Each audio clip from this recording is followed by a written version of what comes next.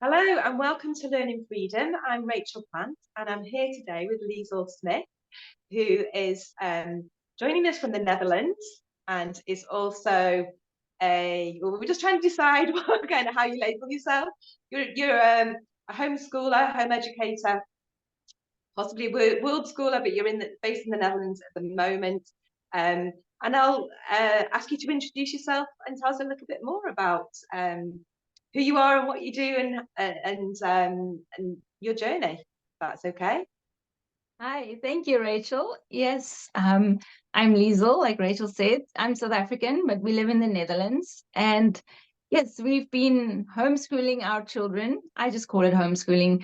Um, since basically my son was 5, so that is like 2016, we started our homeschooling journey. And at first we were like traveling full time, so you could call us like the world schoolers, but we still had our home base in South Africa.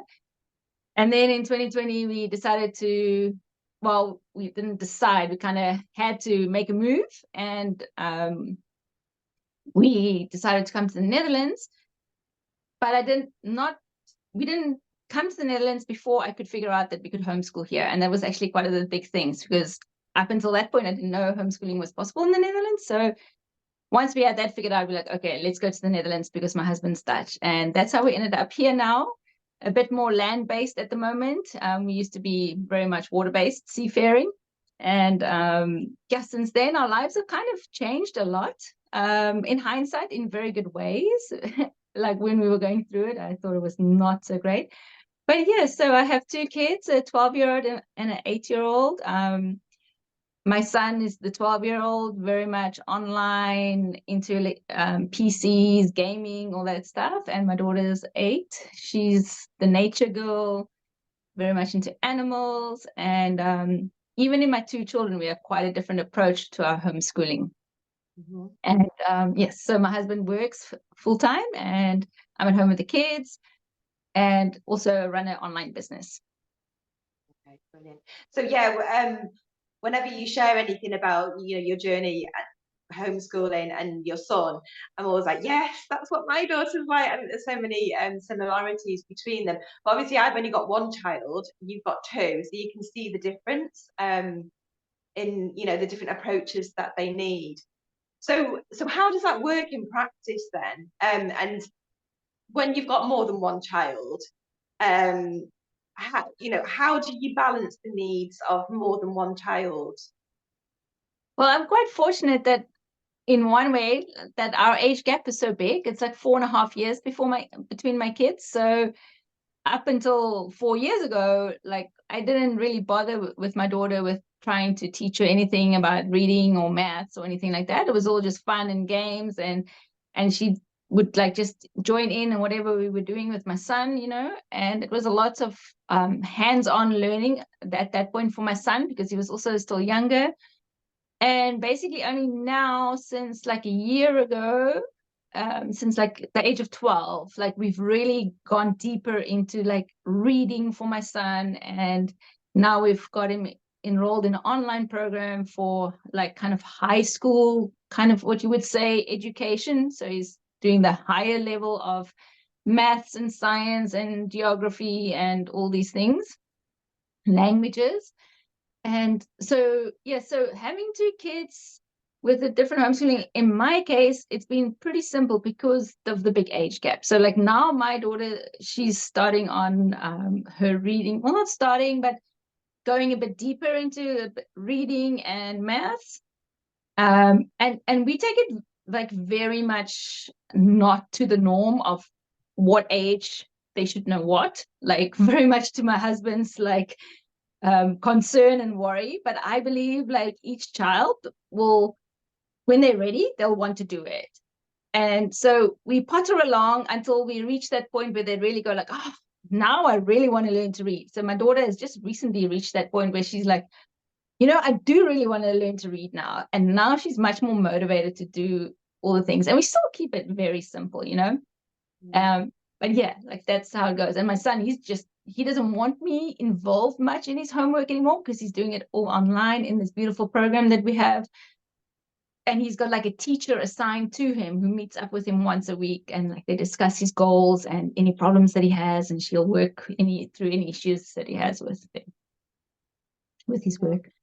Yeah, sounds like a similar approach with my daughter. So I was a teacher before I had my daughter. So I had lots of teaching resources that I'd kept, and phonics, to help her read. I did try some of that when she was 5, but she was really resistant to me teaching her anything. So it was kind of just a case of letting her do her own thing.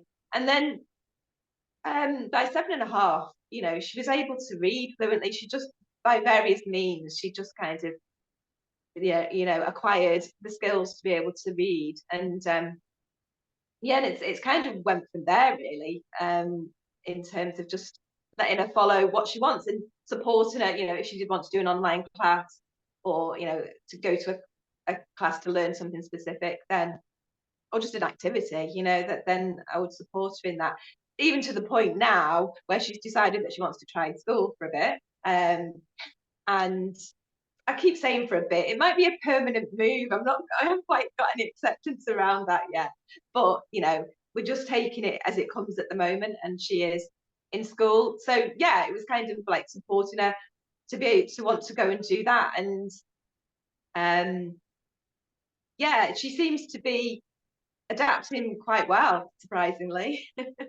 It's a bit of a shock to me. But I think it's because of the age that she's at now. I think at 11, she's been much able to make an informed decision about all that it would entail. I think if she'd have been younger, the consequences of like waking up one morning and deciding, oh, I don't feel like going to school today, I don't think she would have got kind of like why she has to, if she's made the commitment that she needs to keep going in a way that she is able to now. I think that's the beauty about homeschooling, is that you can't actually plan it. Like, you actually don't know what's going to happen in the future, and like you have this freedom to change as you like and as what suits your child. Like I think that's one of the beautiful parts of homeschooling, that you can be like adaptable, changeable, like to whatever suits your child at that time, and not go like, no, we've chosen this school and you have to stick with it for the rest of your schooling years. Absolutely. And at any point, if she makes the choice to do something differently, then we will. I mean, before we started recording, I was saying, a few years ago we'd had the plan to world school for a while, take a year out and just travel around. And in 2020 that didn't become possible, and then our plans changed. But that's something that I would still like to do. And if it turns out that there is the opportunity to do that in the future, then we'll look at that. And so I've no sort of fixed plans or fixed ideas about what the future looks like. It's about both of us working together, really, getting that consensus for what works for us as a family unit, and adapting our plans as things come along. Yes, absolutely. That's the beauty about it. And that's also like one of the big pieces of advice I got when I started homeschooling in South Africa. Everybody said, like, don't rush in and buy a curriculum or something that you want to like do, like, because there's like these 2 lines or maybe more lines of homeschooling, actually, like where you have this like set curriculum, which is almost like school at home, and that's not the style I like.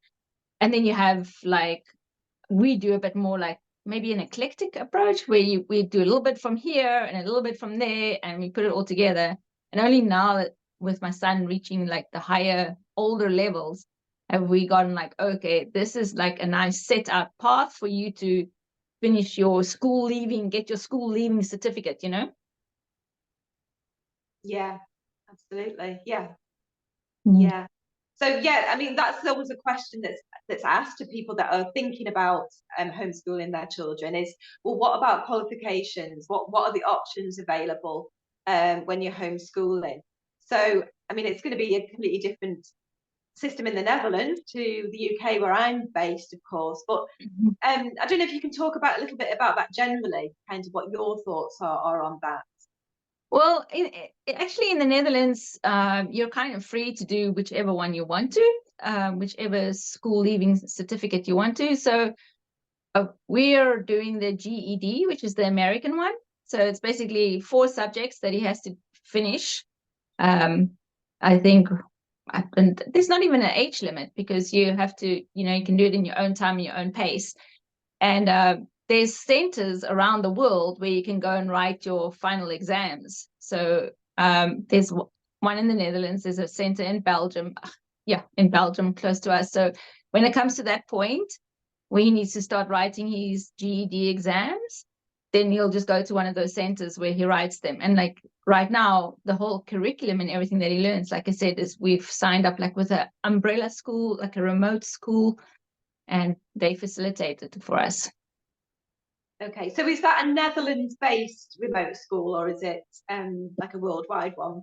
No, it's actually South African based, because it's from a friend of mine. Yeah, a friend of mine is the principal of the school, because she actually has it in South Africa for homeschoolers, like for instance, whose parents work, like both parents work full time, that they're homeschooling, but they can go to her like place. It's on a farm, it's beautiful, like during the day, and they all get together with other kids and they do activities, and they also do what my son's doing at home, they do there in the school, like kind of setup, like, but it's not school in the traditional sense, because they do like yoga lessons and stuff like that in between and things. Okay. Yeah, but yeah, so then there's also the British curriculum, the Cambridge, that is also like online to do possible online. And Dutch we never considered, because my kids are not interested in staying in the Netherlands. We're not interested in staying in the Netherlands, so they don't need a Dutch qualification. Okay. So, I mean, there are lots of online options out there, aren't there? And obviously the qualification in the UK is GCSEs, and there are various hubs, I think, online hubs where you can go and do the curriculum and then sit the exam. Obviously, there isn't any funding available for homeschooling in the UK. You do have to fund that yourself. Is it the same in the Netherlands and South Africa? I know in South Africa you have to pay, don't you? Yeah, in South Africa you have to pay all schooling yourself, whether it's homeschooling, any school, whatever. In the Netherlands, the government gives you money. They give you a child allowance of like 400 euros. We get like 400 euros for 2 kids in like 3 months, so you do get some money. I don't know if I don't think it's really meant for education. It's just meant for like, because you have children. Is that universal, like everybody gets the same? Yes. All families, yeah. Everybody gets it. So you could put that towards it. But it's definitely like in Holland, in the Netherlands, if you would send your kids to school, I believe that's free, like normal school. But homeschooling, like I said, like now that my son's at the older age, we are paying for him to have this online course. Yeah.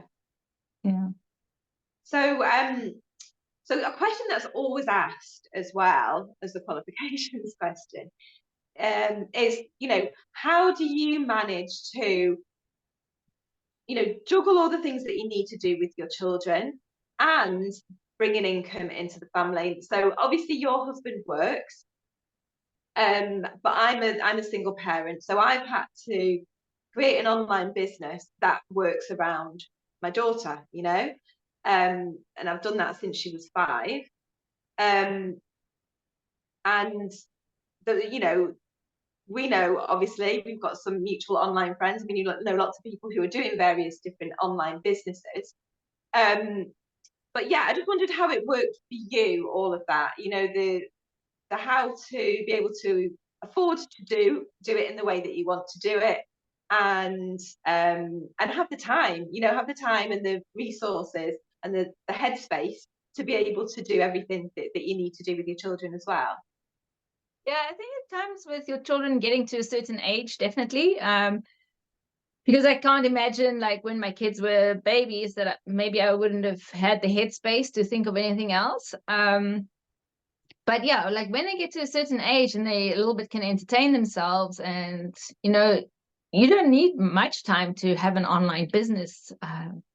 You know, you can work around it. You can, like, some people wake up earlier, like I do that some mornings. I wake up earlier than the kids, you know, just do my thing, and by the time they wake up, we can get going with their homework. I like to, like, our routine is I like to get our homework done in the mornings, first thing out of the way, and then we have the rest of the day free to do whatever we like to do. And at this point, my son's homework takes him about 2.5 hours max, and my daughter's homework takes her half an hour, you know, like, and that, when I say homework for my daughter, that's like literally like learning letters and doing maths and things like that, and learning words and reading and those kind of things.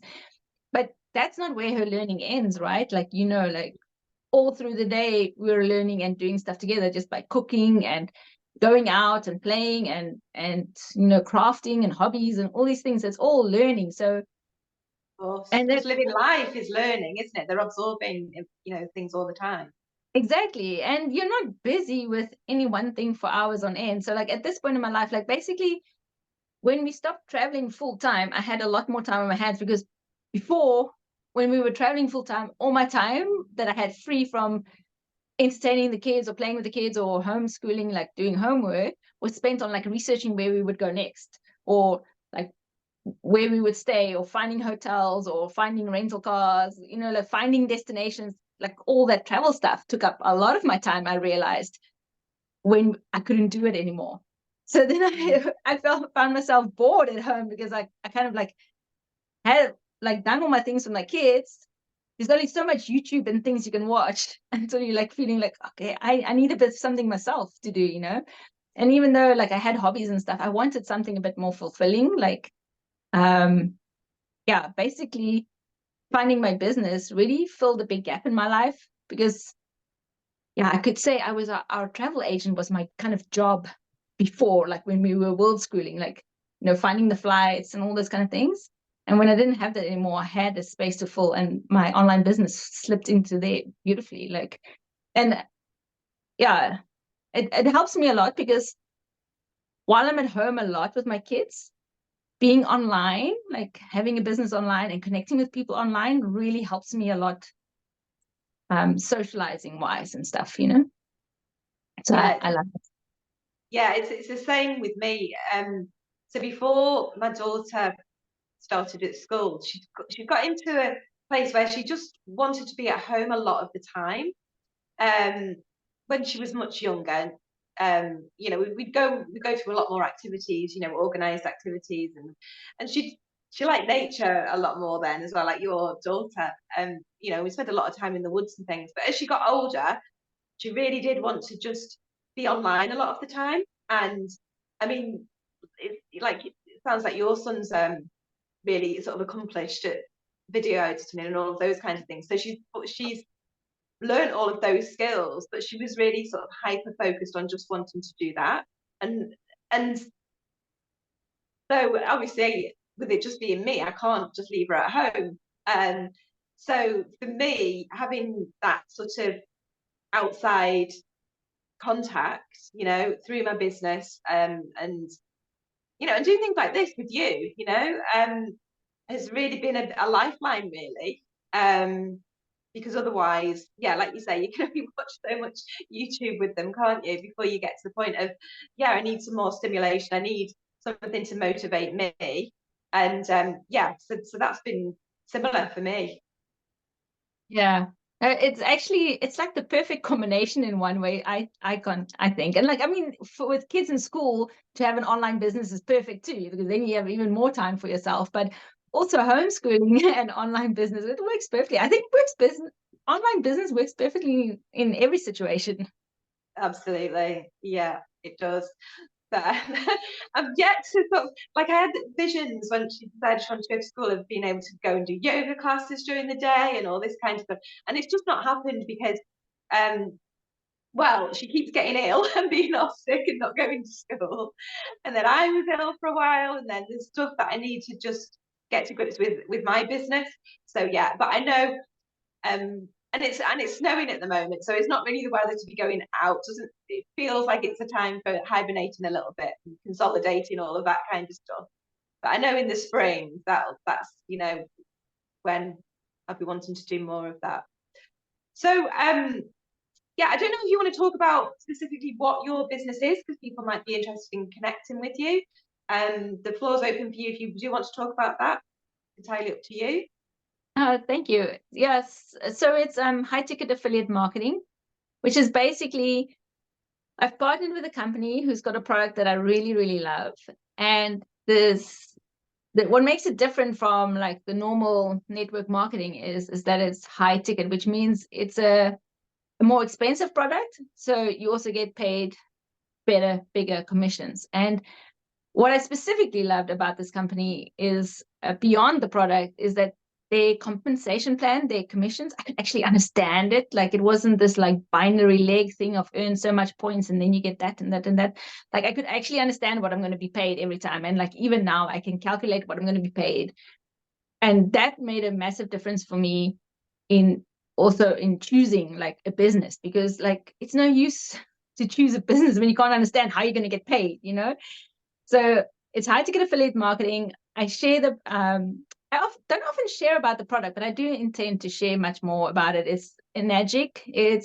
They make medical grade water ionizers.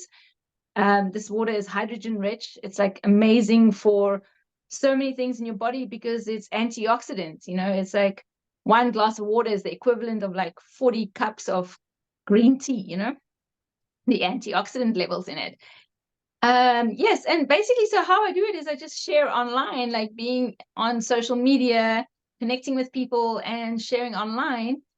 And that's basically it. It kind of breaks down to being quite a simple strategy, quite a simple business. It works, and I love it. So yeah, it's like what you said, like being a lifeline. Like I think like after birthing my children and getting married, like it's like the best thing I've ever done for myself is like starting this business, because it's done like so much good for my soul, for my personal development, like for learning to get to know myself, and it like helps with finances, you know, and like it brings in money, and it gives me that sense of satisfaction and purpose and all these kind of things beyond the identity of just being a mother. Absolutely, yeah, I can totally identify with all of that. Yeah, so I guess people, well, I'll put the links for people to contact you if they do want to explore more of that with you. I'll put that in the description below. But I wanted to touch on a little bit about how I guess people who aren't doing it at the moment, aren't homeschooling their children, they think, well, it's going to be so stressful having all of us at home all of the time.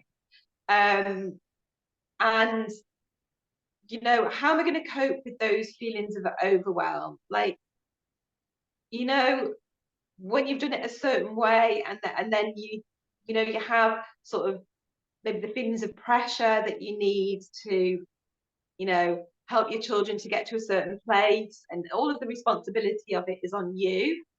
And we're all human, aren't we? We all kind of rub each other the wrong way sometimes and have niggles, and it can be quite stressful sometimes, can't it, sharing a space all the time with the same people. So how do you kind of look after your own mental health, I guess, and cope with maybe feelings of overwhelm that come, and for your children as well? How do you manage all of that? Yes, I totally understand that question, because it was also one of my big worries before starting homeschooling was like, where will I ever find time for myself, if I'm 24/7 with my kids and everything. So the thing is, it just works out in one way, like we just had to take the plunge to homeschooling, and it just works out. But what I do in tangible ways to explain like what I actually do is I'm not a super morning person. So what I do is like I wake up, and I try to wake up before my kids. Doesn't always happen, but my kids know that they must not like interfere with me until I've like had my coffee. So that's my little space of like, just waking up, trying to get into the day having my coffee. That's my quiet moment. And I allow the kids to do whatever they want to in that time. Like if they're still sleeping, that's fine. If they're like watching something, that's fine. Like whatever, you know. Then I'll get up and I'll start the day and get breakfast ready. And after breakfast, it's time for homework. So like I said, like for my son right now, he does homework on his own. So I focus on my daughter. And then once that is done, it's time for us to do whatever we like. And I do things that I find fun as well. Like that's how I like get, you know, that feeling of overwhelm of like just having to be intense, of like cleaning the house, being with the children, teaching the children, kind of like, you know, I take my daughter out and we go do something that we both enjoy. And that's often like, because we have dogs, it involves also dog walks and stuff. So we do spend a lot of time walking, going to the beach. Unfortunately, where we live, we don't have that many homeschoolers around us. So in South Africa, we used to have a lot of homeschooling meetups, which was also fantastic for the soul, for as a mom of a homeschooler, because the kids get to play. You get to talk to mothers who are going through the same things as you are, and you get to relax, you know, relax in a sense of like, you know, you get a bit of like a different scenario, change of scenery, everything like that. And then definitely, like, unfortunately, like you say, you don't have a partner, but like in my case, sometimes I'll tell my husband, like, you know, you just do the kids today, or like for an hour or whatever. I want to go do something on my own, you know, and whether it's sometimes I just want to go walk on my own, like without the dogs also. Like, I don't think it's me time if I have to take the dogs with me. And then, like, or I'll go for a massage, or, you know, just do something on my own, or even just meet up with a friend, you know. And yeah, I mean, I think if my kids were in school, it's pretty much the same things I would do for myself then when I'm homeschooling, you know, like it all kind of comes down to the same basics. Yeah. So what you said there about meetups, I think that's a really important thing. If I was going to give anybody considering homeschooling any advice, it would be to try and find a network, I think, of people that are like-minded, because we're in the minority, obviously, aren't we? Most children are in school, so it can be a bit of a lonely journey, I think, if you don't have those kinds of like-minded people around you who are having similar struggles, maybe, or you know, want to celebrate doing things in a different way. To have that is really important, and it obviously offers the opportunity for your children to make those kinds of friendships as well. Yeah, it's really good. And in the UK, a lot of that happens on Facebook. Local groups usually have a Facebook group, and things are arranged that way. So that can be a really good thing to tap into initially, and just go along to, you know, like a local meet. And you know, sometimes people are anxious about going to those kind of big meets as well. So you know, put in a post in one of those local groups and say, is there anybody who just wants to meet one-to-one, who's got a child, you know, or children the same age as mine, you know, meet at the local park or the library or whatever, and you know, and just to gradually do it like that. Yeah, I think that would be the biggest piece of Absolutely. advice. Yeah. Yes, because like also like in the Netherlands, not a lot of people even know that it's possible to homeschool here. So homeschooling, like you say, is very unknown, even for like, I mean, I didn't even know that you could homeschool here until 2020. And my husband is Dutch, you know, and like his parents, when like I said, like, we're going to homeschool, they're like, oh, it's not allowed, la, la, la, whatever. But I researched it to a T. I spoke to people online. That's how I first figured out that it is possible in the Netherlands, is by Facebook, by connecting with people on Facebook, you know, and hearing from other people's experiences. And then I got information from them. There's also a Facebook group for the Dutch homeschoolers. They call it Thuisonderwijs. And I joined there. And then I found like the name of a lawyer who helps people with the whole process of doing it, everything in the Netherlands. So it's all possible in the Netherlands. And then once you start digging and going into it, you see that there's actually quite a few communities, like you say, and getting together with these communities is very, like, it's like in everything in life. You need to network and you need to learn from other people that are doing what you want to do. Like, I mean, it's no use to try and invent the wheel yourself every time if you just can go see what other people are doing and learn from them. You know, it's so much easier. Absolutely. And it gives you faith as well, I think, that this is the right course of action, because, you know, it's, you're taking on quite a big responsibility, aren't you, by taking all of this on yourself? And there can be doubts, without a doubt. There can be, you can have a wobble from time to time. Am I doing the right thing?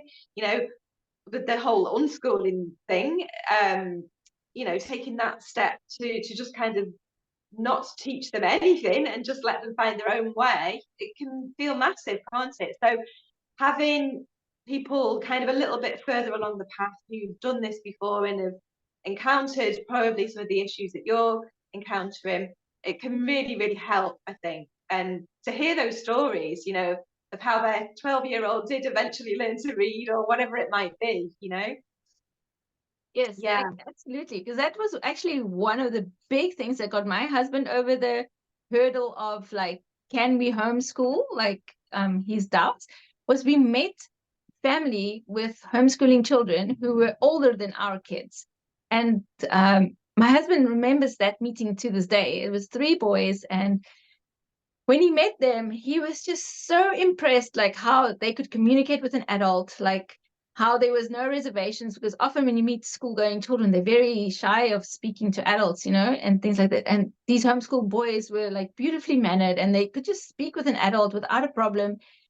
And my husband was just like, oh yes, like I can see why homeschooling is beneficial, like just in that like small interaction like that. And actually in 2020, I wanted to do the same as you. I wanted to go on to a world schooling hub, because I would then wanted to see like teenagers, what they were doing, because that was before my kids were teenagers, and how homeschooling are, how it looks in teenage years, because like if you don't know, how do you know if you don't know? You have to go see what somebody else is doing. And that was one of the main reasons I wanted to get to one of those world school hubs. It's like I wanted to hear from homeschoolers who are like maybe like already in their 20s, who have got like a job and have been to university maybe, or like whatever they did, like how they went through it.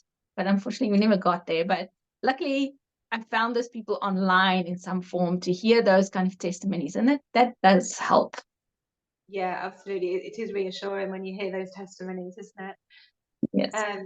Yeah, it's interesting you say that, because some of the feedback that I've had from the school about my daughter is that, she is very articulate and well spoken and can communicate well. And I think that's because she's just been around lots of other people. She's had issues in that she's not been trained in this, in how to be in school. So there's been some issues, not issues as such, like they are quite understanding actually that it's going to take a bit of time for her to settle into the ways of school. But I was quite surprised actually that I did get all of the positive feedback from them, because I thought it was going to be, well, you've not been doing the national curriculum and she's failing and she's behind. But actually they did comment on the fact that she is able to express herself very well, and and can obviously speak to lots of different kinds of people, because that's how she's been in the world, living her life. And they said, yes, we can see she's very well read.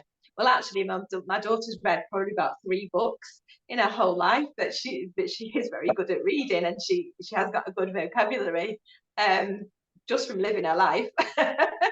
And yeah, but I didn't want to burst their bubble at that point, because there was just the fact that they kind of appreciated that home education could result, in a child being like this.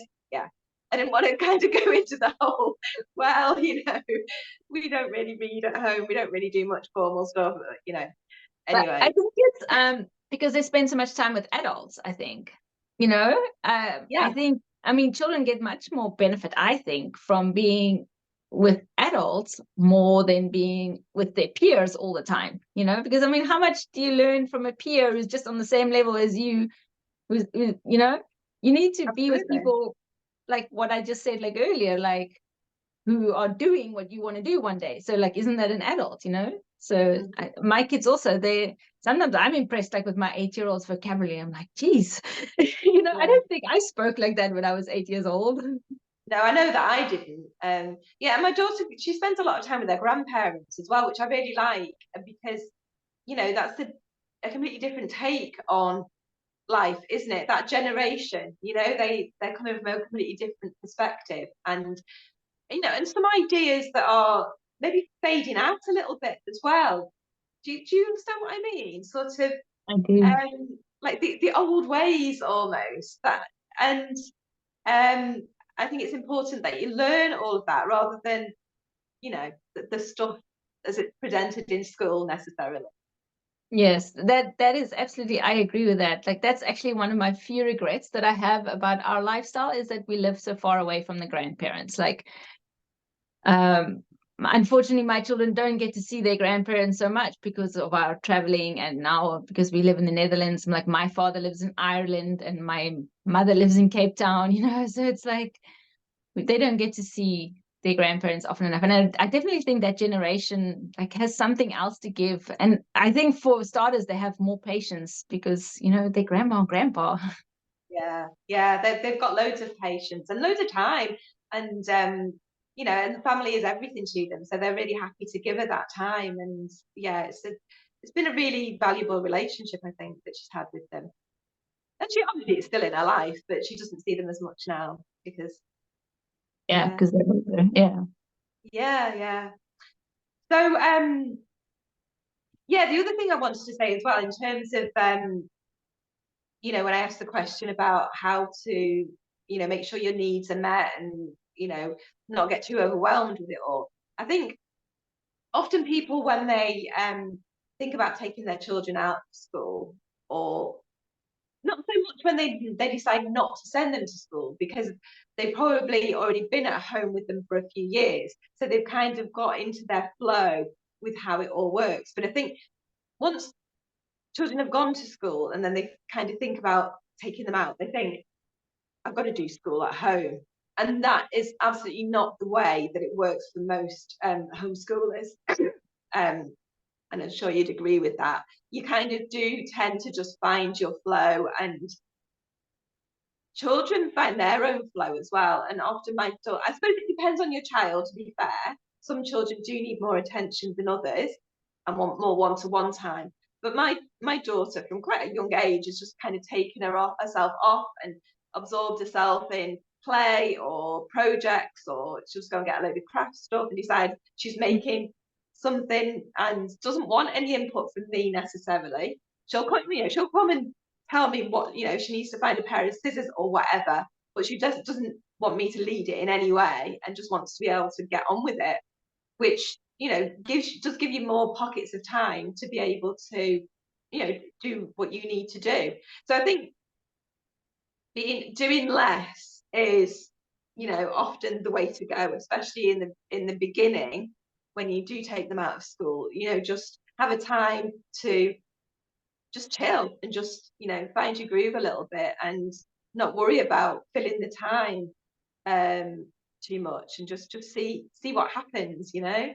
Yes. In the South African homeschool circles, we always say that for every month that for every year that your child was in school, you must take a month off when you take your children out of school. So, and it's basically, I think, more to de-school yourself, to get yourself out of that like school mentality, more than even so for the child, but also, of course, for the child. Like, if your child's been 5 years in school, they've been pretty programmed into that mentality, and you don't want to immediately jump into homeschooling from that mentality. You want to first unwind and get that school out of your system, so to say, and then start with homeschooling. Because literally we call it like deschooling, and it's mostly for the parents.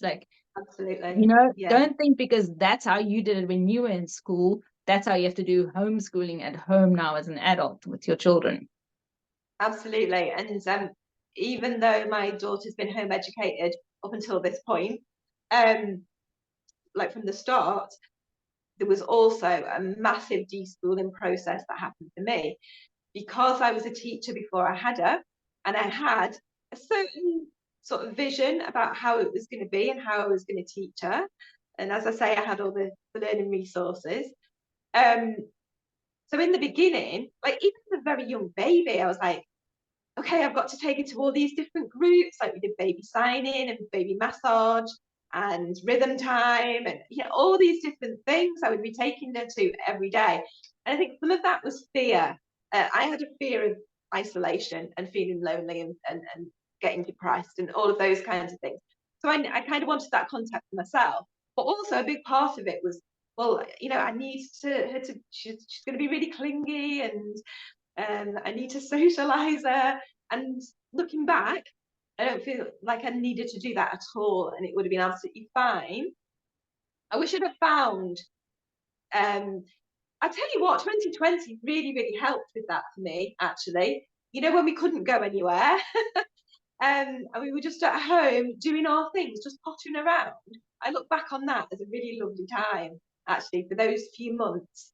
And yeah, we both just really, really relaxed into it. We really lent into it from then onwards, really. And I didn't feel like I manically had to find activities for her to do. And like, what's the latest interest, right? We need to find a thing to go and do and join other people doing it. We just, yeah, really, really relaxed into it at that point, and it worked fine.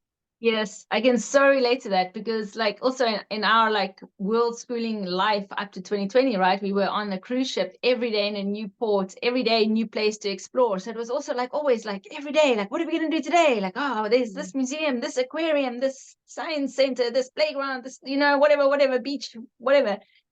And then in 2020, when we were stuck in Costa Rica in the jungle with like nothing around and like not many people, we didn't know much. I think we hadn't even met our friends then, like that became our like really good friends, like our neighbors. My son would still go to me like, what are we doing today, Mom? Where are we going today? And I was also like, oh, what can we do today? Like, shall we hop in the car and go somewhere? But like they had these stupid restrictions that on this day you can't drive if you have that registration number, and can't go to the beach. And so we kind of were also forced to stay at home and forced to find stuff to entertain ourselves with, like, and it kind of like, this is like kind of primitive in a way, like you're just like forced to find yourself in like with nothing around. And it was very good for us, like, because now we're at peace with being at home. My son, okay, he's found his friends online. So his friends are all online, like one's in Romania and one's in South Africa. And that's like when I even ask him, like, shall we go meet your friend in Romania? Like, shall we like try and arrange it? And he's like, no. He's just like happy as life is right now, And that 2020 was good for that, like to like that the whole time that go, like, like you say, like, what's the next trend? Like, what's the next thing? Like it did bring that peace back of like, yeah, we can be happy in ourselves at home. Yeah. It was like a really sort of meditative journey almost, like a real sense of going within and and being at peace with all of that without all of the external stuff, Yeah. the usual busyness and distractions. Yeah, Yeah. it was a great time actually in It my was life. it was hard for me at the time, but Was now I it? look back and I realize like it was actually good, like, yeah. Yeah, I mean, yeah, there were times when it was, all the fear got whipped up and everything, didn't it? And so there was a time of like real sort of reflection and real sort of trusting, what feels right for me. So yeah, like, an awful lot of inner work really around that time. Yeah. Yeah. So, I wonder if you've got any final thoughts before we close on, what would be the piece of advice that you would give to to people that are thinking about homeschooling at this point, or I anything you'd like to pass on? Yeah, like I would say, like, if homeschooling is coming to your field, explore it a bit more, like go meet someone who is homeschooling or talk to someone online who is homeschooling. Get the real life experience and knowledge from that person, from their experiences. I'm not saying like you have to take their word as gold, but you know, if it's coming to your field, like for me, homeschooling came into my field, and I didn't actually start homeschooling until like a year and a half later. But all that little bit of it coming into my field and getting a bit more familiar with it, you know, and everything, like it just kind of helps. And you know, it's not for nothing that it comes into your field, right? Like, and if it's something that you think might benefit your child, like it's really worth exploring. It's always possible. And you know, some families have the luxury that they can, if they can't homeschool in the country that they live in, that they can move to different countries. Not everyone has that, unfortunately. But if you are in a country where homeschooling is possible, or even if you don't know if homeschooling is possible in your country, go find out, you know, because like I said, like I didn't know homeschooling was even possible in the Netherlands. And I wouldn't have moved to the Netherlands if we couldn't homeschool here. Like then I would have stayed in Costa Rica, where homeschooling is also actually not possible if you're a resident. But if you're a visitor, like on a visitor visa, you can homeschool there. I didn't Yeah. know that. Okay. Yeah, in Costa Rica. But in Costa Rica, they have got a lot of cool schools that are like homeschooling almost, you know. I've And heard that. they also have some of those kind of schools here. There's like, I think they call it Vrijheidsskolen or freedom schools. And it's also kind of like the kids like Montessori type, very free schools. But homeschooling, I don't think there's any one person in the world who'll say like, I hated my homeschooling experience and I would have never homeschooled my children if in hindsight, you know. I don't think there's anybody that would say that. No, I agree. Oh, well, thank you so much. It's been lovely to hear about your experiences. And as I say, I'll put the links so that people can connect with you if they want to in the description. And yeah, thank you very much for joining us. Thank you so much, Rachel. It was amazing. Thank you.